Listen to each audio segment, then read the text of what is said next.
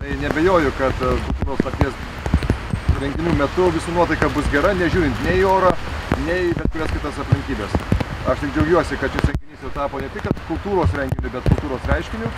Šiais metais šiek tiek renginys pavėlintas specialiai tam, kad galėtume parodyti ir visiems svečiams, kurie atvyks į Vilnių, kada Lietuva pradės pirmininkauti Europos Sąjungai.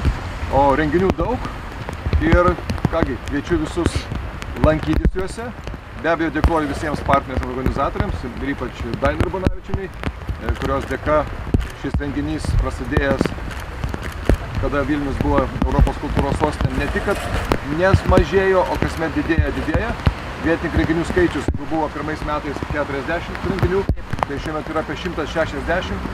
Taigi renginiai visiems skoniams, skirtingiems žmonėms, skirtingoms nuomonėms ir dar malonu, kad jis tampa tikrai tarptautiniu. Taigi turėsite tikrą puokštę Europos ir ne tik Europos kultūros tą naktį Vilniaus mieste. O turbūt labiausiai noriu pasidžiaugti tai, kad, kaip ir jau meras minėjo, kad jisai gauna ir tarptautinį pripažinimą. Šiais metais yra kultūros naktis priimta į tarptautinį Nuit Blanche tinklą kultūros naktų, kuriame yra 22 dabar jau su Vilniaus miestų pasaulio miestai. Tai yra Vilniaus miesto didelė garbė ir įvertinimas.